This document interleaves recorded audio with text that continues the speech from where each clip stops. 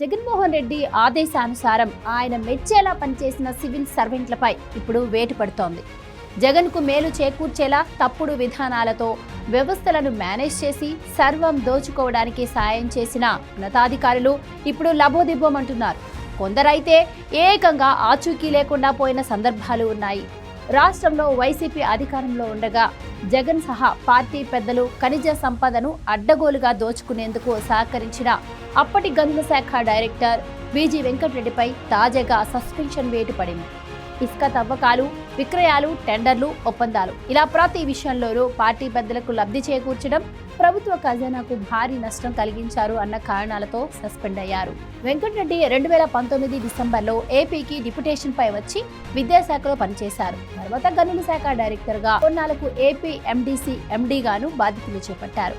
గనుల శాఖలో ఆయన అక్రమాలపై తీవ్ర ఆరోపణలు రావడంతో చంద్రబాబు ప్రభుత్వం రాగానే జూన్ 7న వెంకటరెడ్డిని ఆ 2 పోస్టుల్లోంచి తొలగించి ఏ పోస్టు ఇవ్వకుండా జీఏడీలో రిపోర్ట్ చేయాలని చెప్పింది. అయితే తాజాగా వెంకటరెడ్డి అవినీతి అక్రమాలపై దర్యాప్తు చేయాలని ఏసీపీ డీజీని ఆదేశిస్తూ సీఎస్ మెమో జారీ చేశారు. ఇసుక అక్రమాలపై గనుల శాఖ ఇచ్చిన నివేదికను డీజీకి పంపించారు.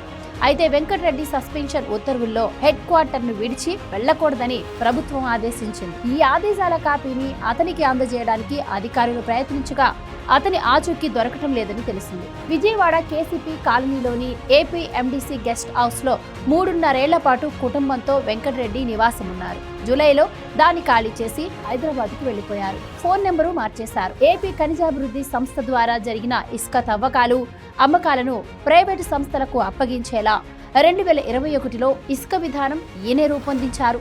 ప్రైవేటు సంస్థలు ఏ నిబంధనలు పాటించాలో అందులో పేర్కొన్నప్పటికీ వెంకటరెడ్డి వాటిని పట్టించుకోలేదు. ఇసుక టెండరు దక్కించుకున్న జేసీకేసీ ప్రతిమా సంస్థలు అనేక ఉల్లంఘనలకు పాల్పడినప్పటికీ వాటిని వెంకటరెడ్డే కాపాడుతూ వచ్చారు.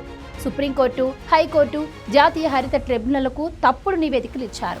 2023 మార్చిలో రాష్ట్రంలో ఇసుక రీచ్ల అనుమతులన్నీ రద్దు చేస్తూ ఎన్జీటీ ఆదేశాలు ఇచ్చినా కూడా కాంట్రాక్టర్లు తవ్వకాలు మాత్రం ఆపలేదు.